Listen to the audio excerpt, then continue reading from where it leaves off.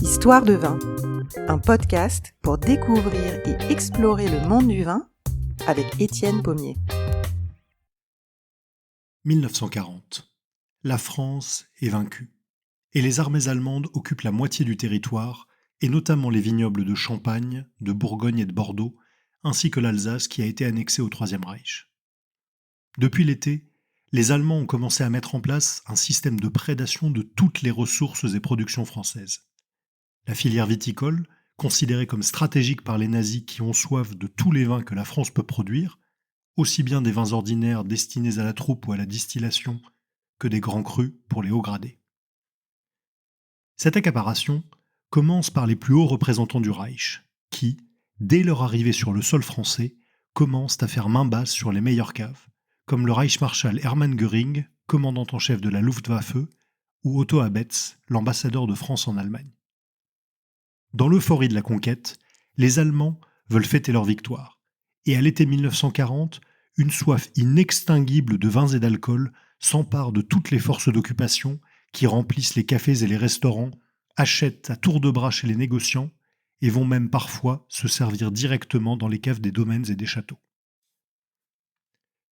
Pour les producteurs et négociants français, qui sortent d'une décennie de marasme avec de nombreux stocks d'invendus et des prix qui se sont effondrés, et pour lesquels l'exportation vers les marchés anglais et américains est désormais fermée, cette demande extravagante est une bouée de sauvetage.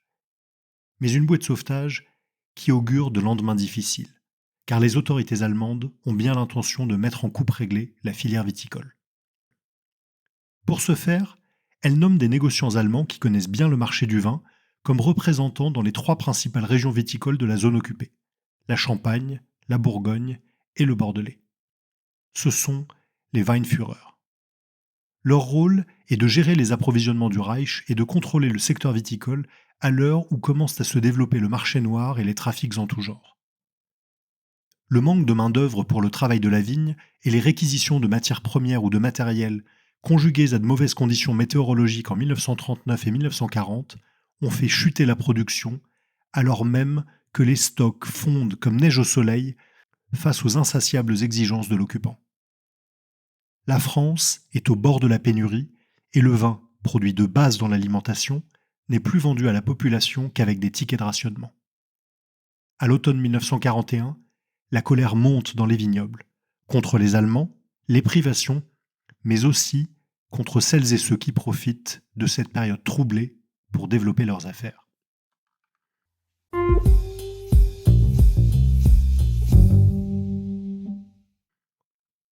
Janvier 1941.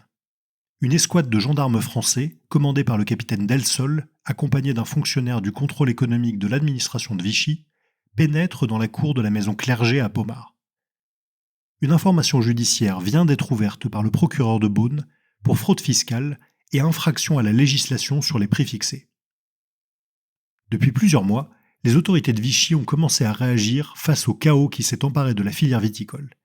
Et, s'il est bien vu de faire du zèle auprès de l'occupant allemand, le gouvernement français cherche malgré tout à garder un tant soit peu la main sur l'organisation de la vie économique du pays et à enrayer le marché noir. Or, depuis plusieurs semaines, des témoins ont signalé de nombreuses allées et venues de camions vert-de-gris bâchés qui entrent et sortent des magasins Clerget à toute heure du jour et de la nuit, avec non seulement des caisses de vin, mais aussi des produits rares et rationnés comme de la viande, du sucre, de la farine et même du café. Il faut dire que depuis le début de la guerre, la maison de négoce dirigée par Marius Clerget, et qui était au bord de la faillite, est devenue une affaire florissante dont on estime que le chiffre d'affaires a bondi de 2000%. Après la guerre, le comité de confiscation des profits illicites aura toutes les peines du monde à établir une comptabilité exacte des affaires de la maison sous l'occupation. Clerget, qui est devenu un proche du Weinführer Adolf Segnitz et a aussi ses entrées à la SS et à la Gestapo de Dijon, expédie régulièrement à la centrale d'achat de l'armée allemande des cargaisons qui partent de Pommard dans des camions de la Wehrmacht. Désormais un acteur majeur du système d'approvisionnement allemand en Bourgogne, Marius Clerget amasse rapidement une grande fortune et devient intouchable. Le succès de ces opérations est tel qu'il doit désormais faire garder ses entrepôts par des hommes armés. Quant au négociant lui-même, il se promène en Delage, une superbe automobile de luxe, et peut circuler librement grâce à des Ausweis, des cartes d'identité allemandes qui font office de laissez-passer, et des bons de carburant que les autorités d'occupation lui accordent avec complaisance. Il achète un château, de nombreuses œuvres d'art, et commence à faire beaucoup d'envieux dans une France minée par les privations. L'enquête et la perquisition ordonnée par le procureur sont courageuses, car celui-ci n'ignore pas les liens du marchand avec les Allemands. Quand les gendarmes arrivent sur place, Clerget est absent. Mais ses magasins, eux, sont bien remplis de dizaines de palettes de sucre, de farine, de pâtes, de tissus, de savon, de café. On trouve même du saumon et de la langouste fraîche. Immédiatement prévenu, Clerget, en déplacement à Chalon-sur-Saône, appelle au téléphone et invective les gendarmes et les fonctionnaires en train de poser les scellés. « Vous ne savez pas à qui vous avez affaire. Décampez ou vous aurez de gros problèmes. J'appelle la commandanture qui va s'occuper de vous. » Le lendemain, un officier allemand appelle le service du contrôle économique et leur crie dessus au téléphone en leur ordonnant de lever immédiatement les scellés sous peine d'arrestation. « Pour qui vous prenez-vous ? N'oubliez pas que vous avez perdu la guerre et que nous sommes maintenant les maîtres de votre pays. » Le surlendemain, le capitaine Delsol et sa brigade sont renvoyés à Pomard pour lever les scellés. Et, aux gendarmes dépités qui s'exécutent avec résignation, Marius Clerget lance. « Que voulez-vous, capitaine ? C'est le commerce. »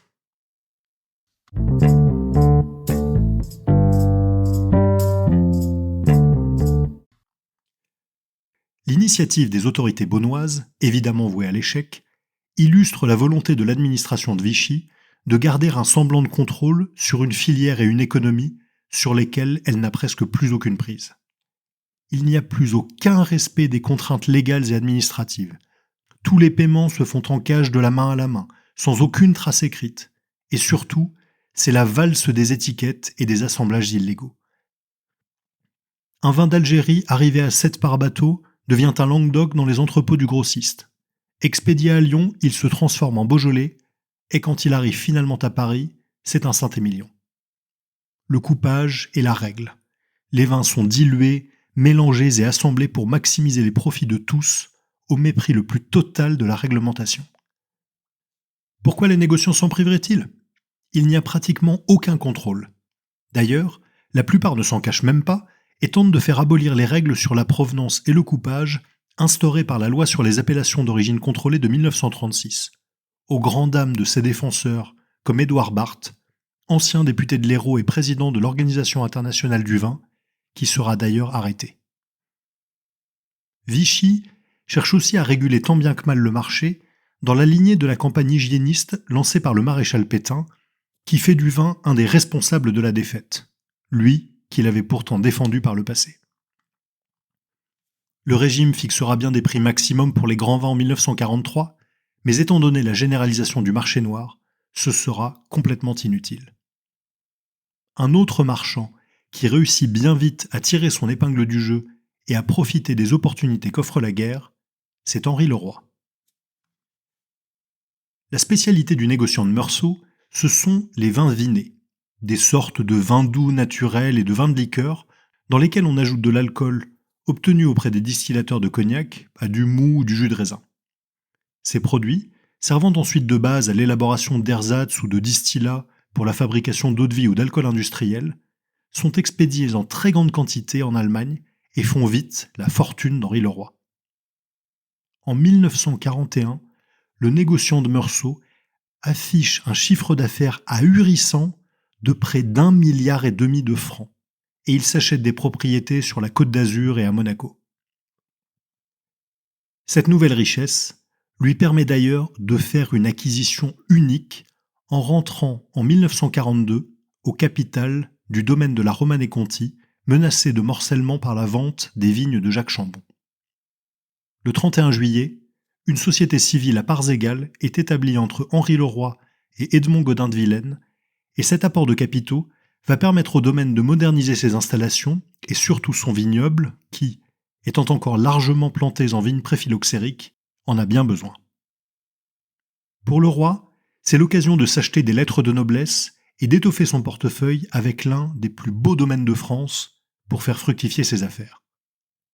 Car les grands crus, presque invendables avant la guerre, se négocient désormais à des prix étourdissants. 50 000 francs le tonneau de Léoville-Barton, 60 000 francs le Châteauneuf-du-Pape et 80 000 francs la pièce de 228 litres de Musigny. Évidemment, ces grands crus sont destinés aux meilleurs établissements où ils apparaissent sur les cartes des vins à des prix astronomiques que seuls les Allemands peuvent se permettre, grâce à la dévaluation. Les grands négociants ont bien compris leur intérêt et que, s'ils travaillent avec l'Allemagne et se soumettent aux exigences de l'occupant, tout le monde s'enrichira. Dans une lettre datée du 28 octobre 1940, Henri Leroy écrit à Heinz Boemers, le Weinführer de Bordeaux: « Vous savez, monsieur Boemers, combien je tiens à faire avec vous un bon travail de collaboration. »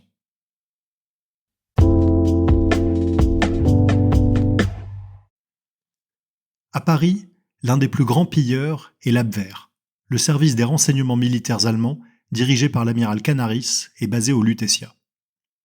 En 1940, on confie à un jeune officier la tâche de monter un bureau d'achat pour les produits en tout genre, qui, grâce à des antennes locales établies à travers tout le pays, se fait vite la réputation d'être capable d'obtenir même les denrées les plus rares en un temps record. Cet officier s'appelle Hans Hermann Brandl, mais tout le monde l'appelle Otto. C'est en recrutant des rabatteurs et des fournisseurs qu'Otto Brandl fait la connaissance, via un SS proche d'Himmler, d'un certain Henri Chamberlain, à qui il offre un nouveau statut et qu'il incorpore à la police allemande sous le matricule 6474R. Henri Chamberlain, dit Lafont, recrute des malfrats pour monter son unité qui va devenir la Gestapo française, ou la Carlingue, et il installe son siège au 93 rue Lauriston dans le 16e arrondissement.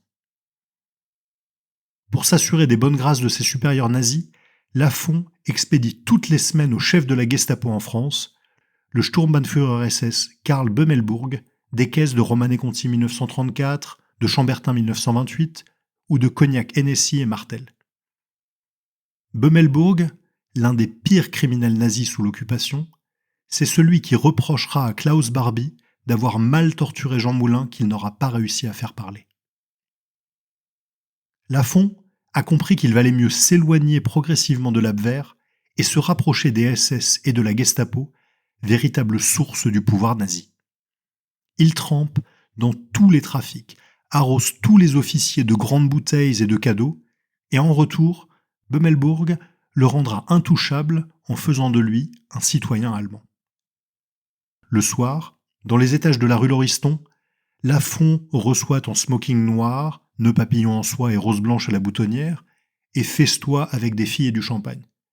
Pendant que, dans les sous-sols, les psychopathes les plus barbares de la Carlingue, comme Abel Danos ou Émile Buisson, torturent à tour de bras. Dans le tourbillon de la guerre, on a besoin d'hommes violents, cruels et sans scrupules. Et les gangsters fournissent une main-d'œuvre tout indiquée pour les basses besognes des affairistes et des trafiquants en tout genre, qu'ils travaillent pour l'occupant, pour Vichy ou pour leur propre compte. On les croise d'ailleurs souvent dans les établissements fréquentés par les officiers nazis et la crème des collaborationnistes, comme au Moulin Rouge, au One-Two-Two, ou chez Alexis, où le truand Pierre Loutrel, dit Pierrot le Fou, ami du patron, a ses habitudes.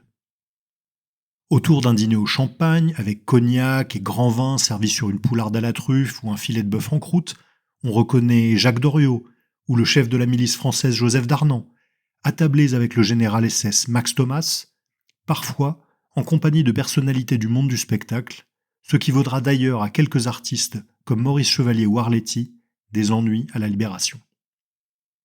Dans les salons du Ritz, il n'est pas rare de rencontrer des personnalités comme André Dubonnet ou René Bousquet, et l'élégante silhouette féminine qui prend là-bas un verre de champagne au bar avec un bel officier, c'est Coco Chanel, accompagnée de son amant, l'espion allemand Hans-Günther von Dinklage.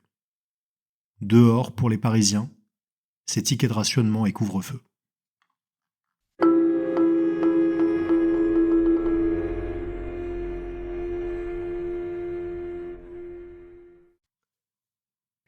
1942, c'est l'apothéose de tous les trafics. Tout ce qui n'est pas officiellement réquisitionné par les forces d'occupation est accaparé par la cupidité des hauts gradés de l'armée allemande, de la SS, de la Gestapo ou des collabos, avec l'aide d'une foule d'intermédiaires et de trafiquants en tout genre qui cherchent à tirer le maximum de profit du marché noir. Les criminels font usage de menaces et de violences pour obtenir ce qu'ils veulent, quand les affairistes utilisent des sociétés écrans basées à Monaco pour dissimuler leurs transactions et amasser de considérables fortunes au nez et à la barbe de l'administration. Mais pour ceux qui refusent de complètement se soumettre aux Allemands, les choses sont bien différentes. En Bourgogne, le négociant Maurice Drouin sait qu'il est sous surveillance. Arrêté une première fois en août 1941 et soupçonné d'activités anti-allemandes pour avoir conservé chez lui un revolver datant de ses années passées dans les tranchées de la Première Guerre mondiale, il est finalement libéré le 13 février 1942, mais il sait que la Gestapo le surveille de près. Aussi, quand il présente au conseil d'administration du domaine des Hospices de Beaune qu'il dirige une lettre du préfet de Dijon invitant le prestigieux domaine à offrir l'une de ses parcelles en l'honneur du maréchal Pétain, il n'a d'autre choix que de s'exécuter. Le 29 mai 1942, Maurice Drouin fait le voyage à Vichy pour offrir solennellement au chef de l'État les 51 arts de la parcelle des Teurons à Beaune qui produisent la cuvée des dames hospitalières. À la vente des Hospices 1942, la première pièce de la cuvée rebaptisée Clos du Maréchal est achetée par Henri Leroy pour 100 000 francs. Maurice Drouin sera inquiété une seconde fois en 1944 par la Gestapo et, grâce à l'aide de la supérieure générale de l'Hôtel-Dieu, il se cachera pendant 3 mois à l'intérieur des hospices jusqu'à la libération de la ville de Beaune le 8 septembre. Mais la fin de cette année 42 va marquer un tournant, avec le débarquement des troupes alliées en Afrique du Nord le 8 novembre. En représailles, les nazis franchissent la ligne de démarcation et envahissent tout le sud de la France. La perte des vignobles d'Algérie, conjuguée à des vendanges médiocres, aggrave la pénurie, ce qui fait s'envoler encore plus haut les prix des vins et durcit considérablement la politique de prédation nazie.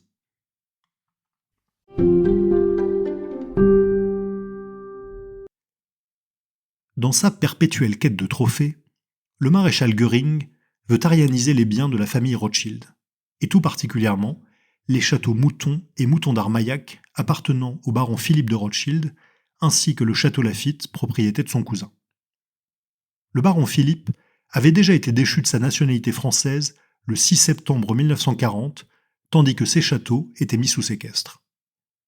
Le 22 juillet 1941, la loi relative aux entreprises, biens et valeurs appartenant aux Juifs est éditée par Vichy pour s'aligner sur la loi allemande et légaliser la spoliation complète des biens appartenant à des Juifs. Dans les propriétés de la famille Rothschild, des dizaines de milliers de bouteilles partent chaque mois pour l'Allemagne. Mais le gouvernement de Vichy n'entend pas laisser aux Allemands l'un des fleurons de la viticulture française, et une véritable bataille judiciaire s'engage avec Berlin. Pour trouver un terrain d'entente, le Weinführer de Bordeaux, Heinz Böhmers, demande l'aide de Roger d'Esca, qui fait intervenir comme médiateur Louis Eschenauer. Né en 1870 dans une famille originaire d'Allemagne, Eschenauer est le premier négociant de la place de Bordeaux, et depuis le début de la guerre, il est devenu un rouage essentiel des circuits d'approvisionnement allemands.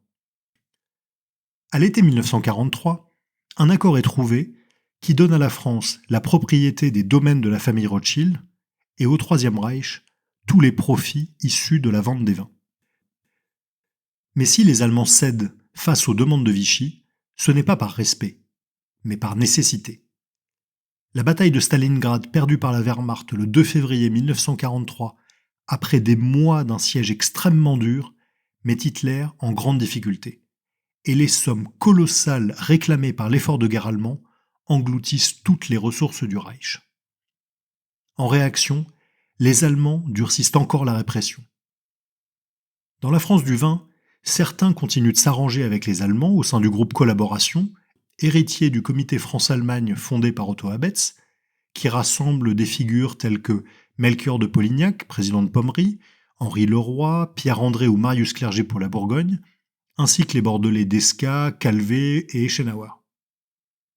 Mais d'autres résistent à l'occupant, comme Robert-Jean de Vogüé de la maison Moët et Chandon, membre du réseau Libération Nord et qui est arrêté par la Gestapo dans le bureau d'Otto Klebisch le 24 novembre 1943 et condamné à mort pour des faits de résistance. Finalement gracié, il sera emprisonné en France, puis déporté en Allemagne, au camp de Bergen-Belsen.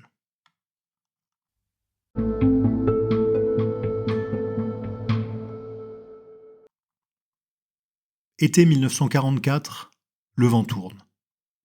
Les Alliés ont débarqué en Normandie et les Allemands reculent partout. Le 18 août, le Weinführer Adolf Segnitz prévient les négociants beaunois qu'il va quitter la Bourgogne. À Bordeaux, le général Necke de la Kriegsmarine reçoit l'ordre d'Hitler de brûler la ville, et il fait installer par ses soldats des bombes et des explosifs à travers toute la cité. Comme von Choltitz à Paris, Necke n'exécutera pas l'ordre criminel du Führer et acceptera finalement un retrait des troupes allemandes contre un cessez-le-feu de la résistance, notamment grâce à l'intervention de Louis Eschenauer. Avec l'aide des Alliés, la France retrouve sa liberté, mais on n'a rien oublié des affres de la guerre. Et fin 1944, c'est l'épuration qui commence. Le 1er décembre, le ministre des Finances René Pleven déclare que les milliards mal acquis seront récupérés, confisqués ou restitués. Parmi les maisons bordelaises mises en cause, Calvé, Desca, Johann ou encore Malherbès, au total, 43 négociants sont poursuivis et leurs biens mis sous séquestre jusqu'à la fin de 1944. Mais beaucoup ont négocié de bonne foi avec les Allemands et sans se livrer à des activités criminelles. Par ailleurs, la justice n'a pas les moyens d'enquêter et de poursuivre tout le monde. Et l'on choisit donc de se concentrer sur des figures emblématiques. Louis Eschenauer est arrêté le 1er septembre 1944 et condamné au printemps 1945 à 500 millions de francs d'amende et la confiscation de ses biens. En Bourgogne, Pierre-André sera condamné à 3 mois de détention et 40 millions de francs de confiscation. Quant à Henri Leroy, il se verra infliger une confiscation à hauteur de 80 millions de francs, mais les autres poursuites seront finalement abandonnées après la mystérieuse disparition de son dossier judiciaire de l'enceinte du tribunal de Dijon. Pour sa part, Marius Clerget se défend en arguant qu'il était, en fait, avec le roi, un agent double chargé par Londres via un mystérieux agent X d'infiltrer les cercles nazis et collaborationnistes en cultivant ses relations d'affaires. Incarcéré à Beaune, il s'évade grâce à des aides extérieures et s'enfuit à Monaco d'où il clamera son innocence. Le 28 mai 1945, il est inculpé par la Cour de justice de la Côte d'Or pour commerce et relations avec l'ennemi. Le commerce, il ne le nie pas, mais déclare avoir aidé la résistance et fait citer plusieurs témoins qui soutiennent cette version et sèment le doute chez certains de ses accusateurs. Finalement, il sera condamné en 1946 à 4 ans de prison et une confiscation de ses biens avant d'être libéré par décret du président de la République le 3 février 1948. Comme la plupart des autres négociants condamnés, sa sentence sera allégée et la confiscation de ses biens sera finalement levée. Robert-Jean de Vogüé, quant à lui, sera libéré par les Alliés en mai 1945, quelques semaines avant Gaston Huet, prisonnier depuis mai 40 dans un stalag en Silésie. En Touraine, le viticulteur Vouvrillon Jean Montmousseau fera profil bas, et ses enfants n'apprendront que des années plus tard qu'il faisait partie de la résistance au sein du groupe Combat.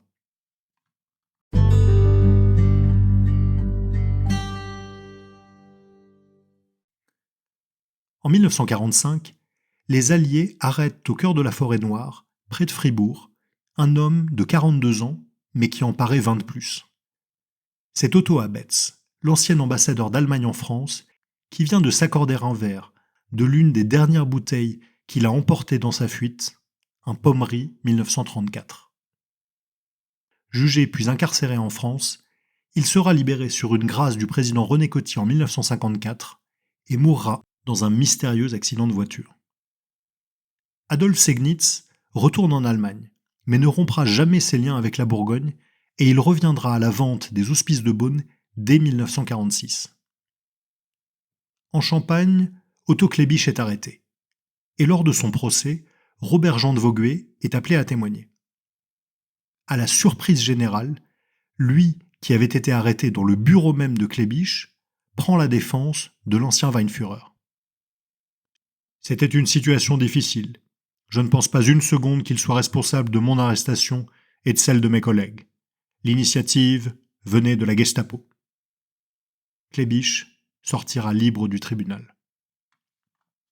À l'été 1944, Heinz Böhmers, qui était en vacances en Bavière avec sa famille, a senti le vent tourner et décidé de ne pas retourner en Gironde, ce qui lui épargnera une arrestation et un procès. À Bordeaux, le baron Philippe de Rothschild revient à Pauillac pour trouver Mouton complètement saccagé par l'armée allemande qui en avait fait un poste de communication fortifié. Mais les dégâts matériels ne sont rien face à la douleur d'avoir perdu son épouse. Élisabeth de Chambure, qui n'avait pas souhaité le suivre en exil et s'était installée à Paris avec leur fille Philippine, était persuadée que, n'étant pas juive elle-même, les Allemands la laisseraient tranquille. En 1944, elle est arrêtée chez elle, sous les yeux de sa fille, et déportée au camp de Ravensbrück, où elle mourra dans les chambres à gaz.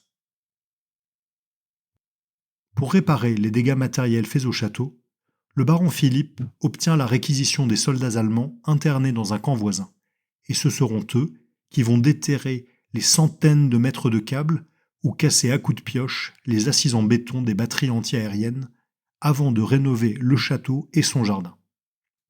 Le baron Philippe leur fera même percer une allée pour relier directement Mouton à Mouton d'Armaillac, qu'il appellera l'allée de la revanche. Son millésime 1945 sera l'un des plus grands vins du XXe siècle.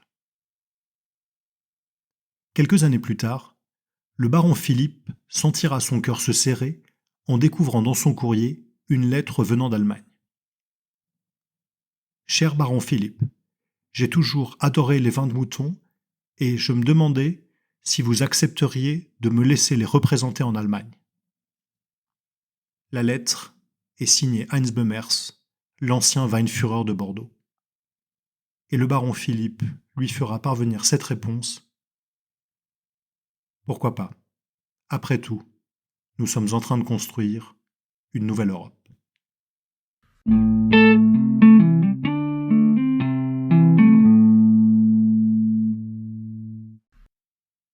J'espère que cette histoire du vin sous l'occupation vous a plu, et n'hésitez pas à me laisser vos commentaires sur votre plateforme d'écoute ou à liker ce podcast.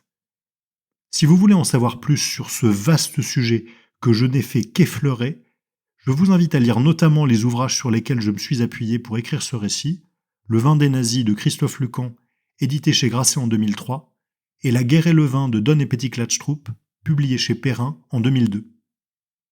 N'oubliez pas de vous abonner au podcast pour ne rien manquer, et je vous dis à très bientôt pour un nouvel épisode d'Histoire de vin.